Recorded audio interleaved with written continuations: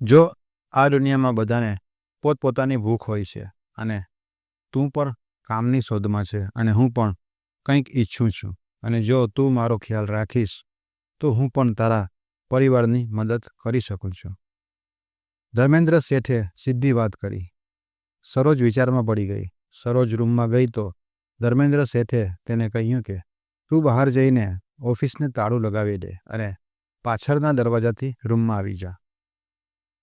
તે તાળું લગાવીને પાછળના દરવાજાથી રૂમમાં આવી ગઈ તો તેણે જોયું કે ધર્મેન્દ્ર શેઠ ખુરશી ઉપર બેઠો હતો. તેણે સરોજ તરફ જોયું અને કહ્યું કે ચાલો હવે આપણે આપણું કામ કરીએ. તું દરવાજો બંધ કરી દે જેથી કોઈને ખબર ના પડે. સરોજ મહેનતથી સફાઈ કરી રહી હતી અને આ તેનો રોજનું કામ હતું. સડકની સફાઈના કામના ખૂબ જ ઓછા પૈસા મળતા હતા અને હવે તે કોઈ એવું કામની તલાશમાં હતી ત્યાંથી તેને ખૂબ ઘણી કમાણી થઈ શકે, જેથી તેના નવરો પતિનો ખર્ચ અને તેની આદતોની વ્યવસ્થા કરવામાં થોડું આસાન થઈ જાય.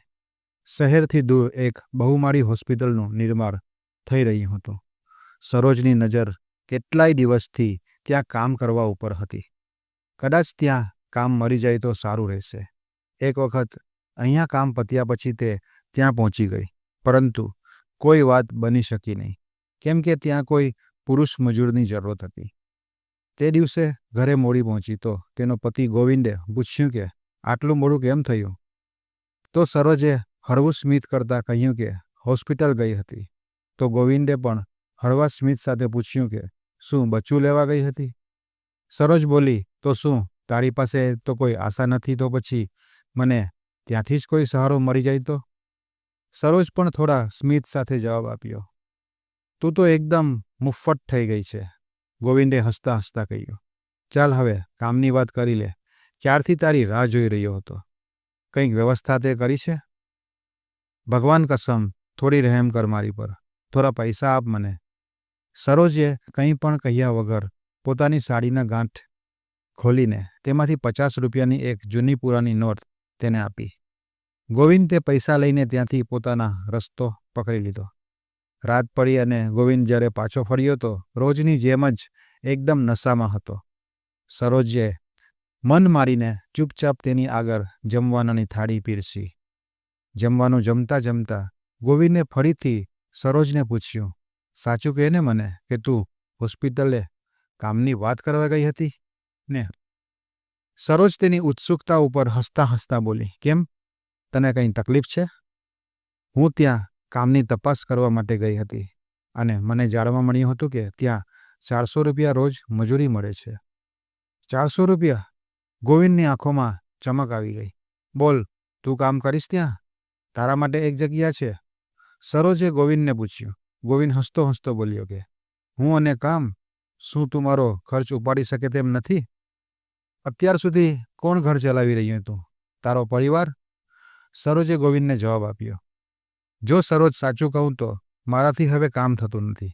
તને તો ખબર છે ને કે મારા હાથ અને પગમાં હંમેશા દર્દ રહે છે. રાતના જ્યારે મારી પાસે સૂવા આવે છે ત્યારે તો તને દર્દ થતો નથી અને તને તો બસ એક જ કામ આવડે છે અને તે પણ પૂરું કરી શકતો નથી. સરોજ ફરિયાદ કરતા સ્વરમાં કહ્યું. ગોવિંદ પર તે વાતનો કોઈ અસર થયો નહીં. તેને ખબર હતી કે તે સરોજને સંતોષ કરી શકતો ન હતો. ઠીક છે, તું ત્યાં કામ કરવા નહીં જા, પણ હું તો જરૂર જઈશ, સરોજે કહ્યું. નશામાં પણ ગોવિંદ જેમ કે ચિંતામાં પડી ગયો હોય. ત્યાંનો ઠેકેદાર કોણ છે? સરોજ બોલી, ધર્મેન્દ્ર શેઠ. ઠીક માણસ નથી, ગોવિંદ એકદમ ચિંતિત સ્વરમાં કહ્યું. તું કઈ રીતે તને ઓળખે છે? સરોજે પૂછ્યું. ગોવિંદ બોલ્યો કે બસ લોકો પાસે સાંભળ્યું છે. સરોજ બોલી, મને તો તે સારો માણસ લાગે છે. સરોજ તેના વખાણ કર્યા. ગોવિંદ ગુસ્સામાં બોલ્યો, ઠેકેદારનો બચ્ચો તે તો ખૂબ જ ચાલાક માણસ છે. તો સરોજ બોલી કે તો પછી હું ન જાઉં? ગોવિંદ વિચારમાં પડી ગયો. તેની આંખોની સામે સોસોની નોટ અને રંગબેરંગી બોટલો ઘૂમવા લાગી. એટલે તેણે મંજૂરી આપતા સાથે ચેતવણી પણ આપી દીધી. તું ત્યાં કામ કરવા જા, પણ સંભાળી લેજે, કેમ કે ધર્મેન્દ્ર શેઠ ખૂબ જ ચતુર માણસ છે. એક દિવસ સમય કાઢીને હિંમત કરીને સરોજ ફરી ઠેકેદાર ધર્મેન્દ્ર શેઠ પાસે પહોંચી ગઈ. આ વખતે ધર્મેન્દ્ર શેઠ બાંધકામ સાઇટ ઉપર હતા નહીં, પણ તે તેની ઓફિસે હતા. તેથી સરોજ તેની ઓફિસે પહોંચી ગઈ. ધર્મેન્દ્ર શેઠ બોલ્યો, શું વાત છે? સરોજ બોલી, મને તો કામ જોઈએ છે શેઠ, બીજું શું જોઈએ? તારા માટે કોઈ કામ નથી, મને તો ચોકીદાર માટે પુરુષ જોઈએ છે, અને તને ચોકીદાર રાખીશ તો મારે તારી ચોકીદારી કરવી પડશે. ધર્મેન્દ્ર શેઠે હસતા હસતા કહ્યું. તેની લલચામણી નજર સરોજના શરીર ઉપર ટકી ગઈ. સરોજ બોલી, મારો મરદ તો કામ કરવા માંગતો જ નથી. તો ધર્મેન્દ્ર શેઠ બોલ્યો, તો તેમાં હું શું કરું? પછી તેને કંઈક યાદ આવ્યું અને તે બોલ્યો કે તું તો પેલા ગોવિંદની પત્ની લાગે છે. સરોજે સહમતીમાં પોતાનું માથું હલાવ્યું. સરોજને ત્યાં કામ કરવાવાળી એક મજૂરની સલાહ યાદ આવી અને તેણે તેવી જ રીતે કર્યું અને કહ્યું કે બાબુજી, અમારા પાસે તો તમારા સિવાય કોણ છે? તમે કામ આપશો નહીં તો અમે તો ભૂખા મરી જશું.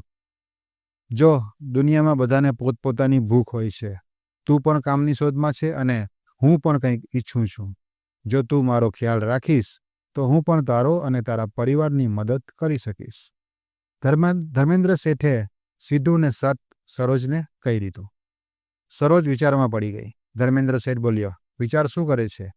કામ અહીંયા કરજે, હાજરી ત્યાં લાગી જશે. સરોજ બોલી, હું મારા પતિને પૂછીને તમને જણાવીશ. ધર્મેન્દ્ર શેઠ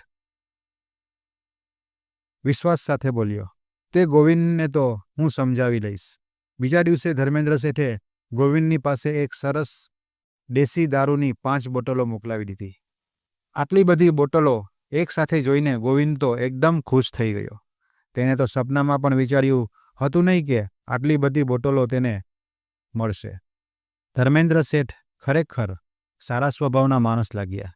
તેણે સરોજને ધર્મેન્દ્ર શેઠને ત્યાં કામ કરવાની મંજૂરી આપી દીધી. બીજા દિવસે સરોજ ધર્મેન્દ્ર શેઠના ઓફિસે પહોંચી ગઈ. ત્યાં કોઈ ખાસ કામ હતું નહીં. બસ સાફ સફાઈ કરવાની હતી, પાણી લેવાનું હતું, ચાય બનાવવાનું જેવું નાના મોટા કામ હતા. 1 કલાક પછી ધર્મેન્દ્ર શેઠ સાઇટ ઉપર ચાલ્યા જાય છે.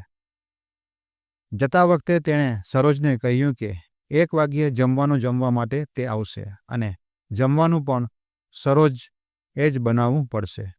સરોજ વિચારી રહી હતી કે આ બધા કામના બદલામાં મને 400 રૂપિયા રોજ મળી જાય તો તેની અને ગોવિંદની તો જિંદગી થોડી સુધરી જશે.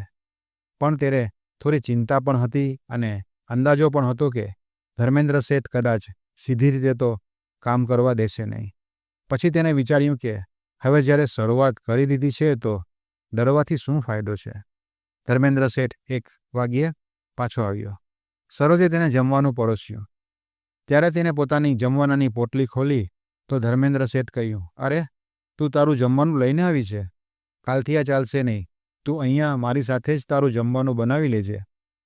બંનેએ જમવાનું જમી લીધું અને સરોજ વાસણ સાફ કરવા જઈ રહી હતી. ત્યારે ધર્મેન્દ્ર શેઠ બોલ્યો, હવે મારે આરામ કરવાનો સમય થઈ ગયો છે.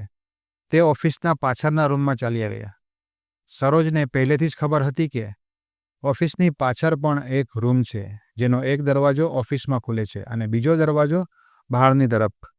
તે રૂમમાં એક બેડ અને એક ટેબલ અને 2 ખુરશીઓ રાખી હતી અને સાથે એક બાથરૂમ પણ હતું.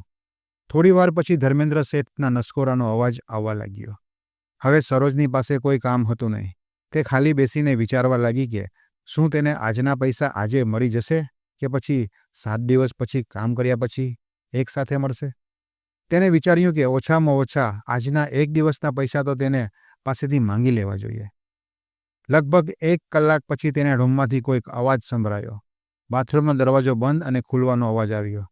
પછી તેને ધર્મેન્દ્ર શેઠનો અવાજ સાંભળ્યો. તે સરોજને અંદર બોલાવી રહ્યો હતો. સરોજ રૂમમાં ગઈ તો ધર્મેન્દ્ર શેઠે કહ્યું કે તું બહાર જઈને ઓફિસને તારું લગાવી દે અને પછી પાછલા દરવાજાથી રૂમમાં આવી જજે. સરોજ તારું લગાવીને પાછળના દરવાજાથી રૂમમાં આવી ગઈ તો તેને જોયું કે ધર્મેન્દ્ર શેઠ ખુરશી ઉપર બેઠો હતો. તેને સરોજની તરફ જોયું અને કહ્યું કે આપણે આપણું અસલ કામ કરવાનું છે. દરવાજો તમે બંધ કરી દો, જેથી કોઈ આપણને પરેશાન ના કરે. સરોજને ખબર હતી કે તેને થોડું મુશ્કેલ નિર્ણય લેવો પડશે. દરવાજો બંધ કરતા વખતે તેને થોડું અસહજ અનુભવ કરી રહી હતી. તેને પોતાના પતિ ગોવિંદ સિવાય કોઈની પણ સાથે એવો સંબંધ રાખ્યો ન હતો. ધર્મેન્દ્ર શેઠ સરોજને તેની પાસે બોલાવી ને તેના પહેરવેશ ઉપર વાત કરી. સરોજ થોડી સંકોચથી પોતાની ઓંધરી હટાવી અને માથું નમાવીને ઊભી રહી. ધર્મેન્દ્ર શેઠ હળવું સ્મિત કરતા બોલ્યો કે હવે આ શરમાવાનું છોડી દે. સરોજ થોડા અચરજથી પૂછ્યું, અને બીજું કઈ રીતે? એમાં વિચારવાનું શું છે? તું તારા પતિ સામે પણ વિના કપડે નથી ગઈ? સરોજે થોડો સંકોચ કરતા કહ્યું, નહીં, અમારી વચ્ચે એવું કંઈ થયું નથી. ધર્મેન્દ્ર શેઠ સરોજનો મજાક કરતા બોલ્યો, એ તો ખરેખર નાલાયક નીકળ્યો, એકદમ બેપરવા. સરોજ ધર્મેન્દ્ર શેઠની તરફથી થોડી સંકોચભરી નજરથી જોવા લાગી. ધર્મેન્દ્ર શેઠ સરોજની ઝીઝક પર હસ્યો અને સરોજને બોલ્યો કે તું શરમાઈશ નહીં અને ગભરાઈશ પણ નહીં. હું બધું જોઈ લઈશ, તું ચિંતા ના કર. સરોજ તેની વાત સમજી રહી હતી અને થોડો સંકોચ અનુભવ કરી રહી હતી.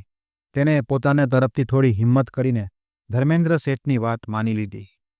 તેને જોઈને ધર્મેન્દ્ર શેઠના ચહેરા પર એક સંતોષની ઝલક આવી ગઈ. પણ ધર્મેન્દ્ર શેઠે કહ્યું કે આ શું? આ જંગલ કેમ ઉગાવી રાખ્યું છે? તેને સાફ કેમ નથી કરતી? સરોજ આ સાંભળીને થોડી શરમાઈ ગઈ અને કંઈક જવાબ આપી શકી નહીં. ધર્મેન્દ્ર શેઠ તેની ખચકાટને સમજતા કહ્યું, કંઈ વાંધો નથી, હું આવતીકાલે તને એમના માટે જરૂરી સામાન લઈ આવીશ અને જો તું કહીશ તો હું તારી મદદ પણ કરી દઈશ. હવે ચાલો આરામથી અહીંયા સૂઈ જા.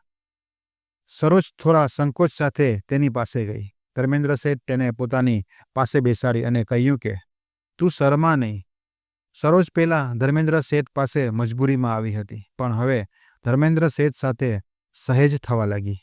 ધર્મેન્દ્ર શેઠે માહોલને થોડો સામાન્ય બનાવવાની કોશિશ કરી. સરોજના મનમાં હજુ પણ થોડા સવાલો અને સંકોચ હતો. તેમણે હલકા ફૂલકા અંદાજમાં કહ્યું, આ બધું કરવું મને થોડું અજીબ લાગી રહ્યું છે. ધર્મેન્દ્ર શેઠે તેને દિલાસો આપતા કહ્યું કે તું બસ મારી સાથે રહે, હું બધું ઠીક કરી દઈશ. કંઈક નવું કરવામાં ગભરાવાની જરૂર નથી.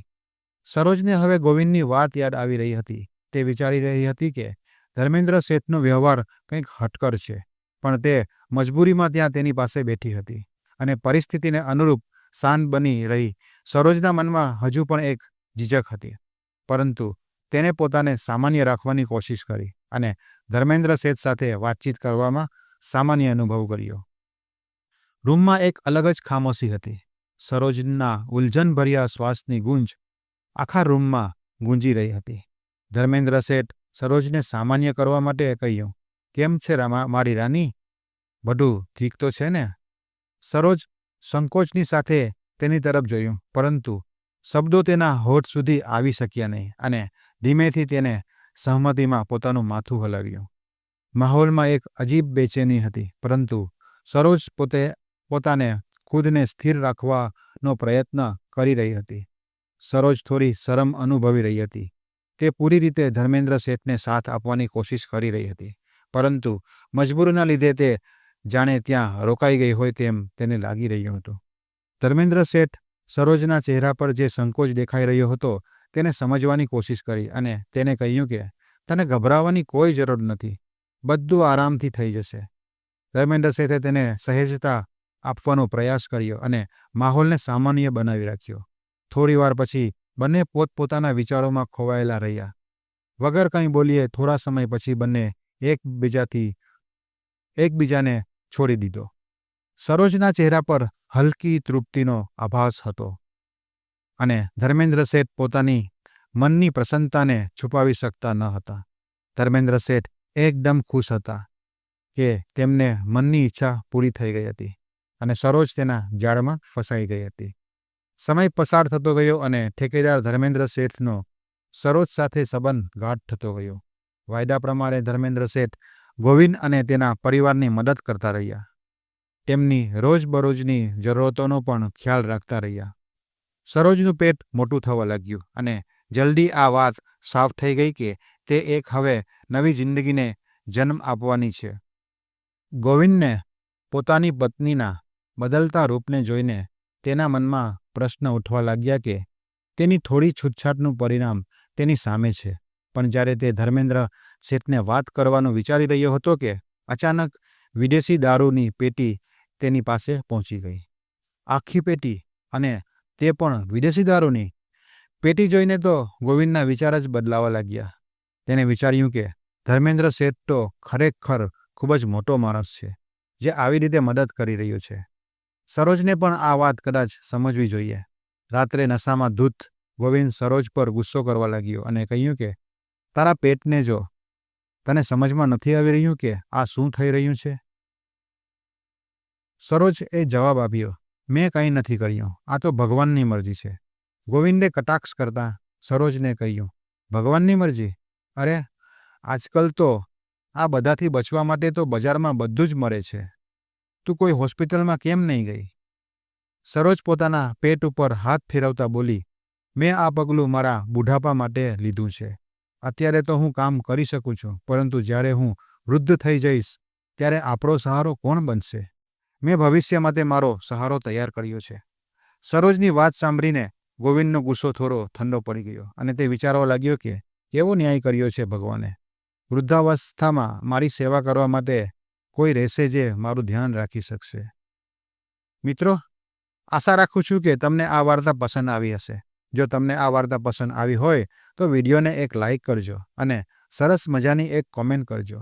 પ્લીઝ મહેરબાની કરીને કોમેન્ટ જરૂર કરજો. સારી ખરાબ કંઈ પણ, તમને મારા વિશે જે પણ કહેવું હોય તે કોમેન્ટમાં જરૂર કહેજો, કેમ કે તમારી કોમેન્ટથી મને હિંમત મળશે. અને જો ચેનલ ઉપર તમે નવા આવ્યા હોય તો ચેનલને સબસ્ક્રાઈબ પણ કરવા વિનંતી. અને તમારા મિત્રોને આ વિડીયો શેર પણ કરજો. આ વિડીયો જોવા બદલ તમારો આભાર. ધન્યવાદ. રાધે રાધે.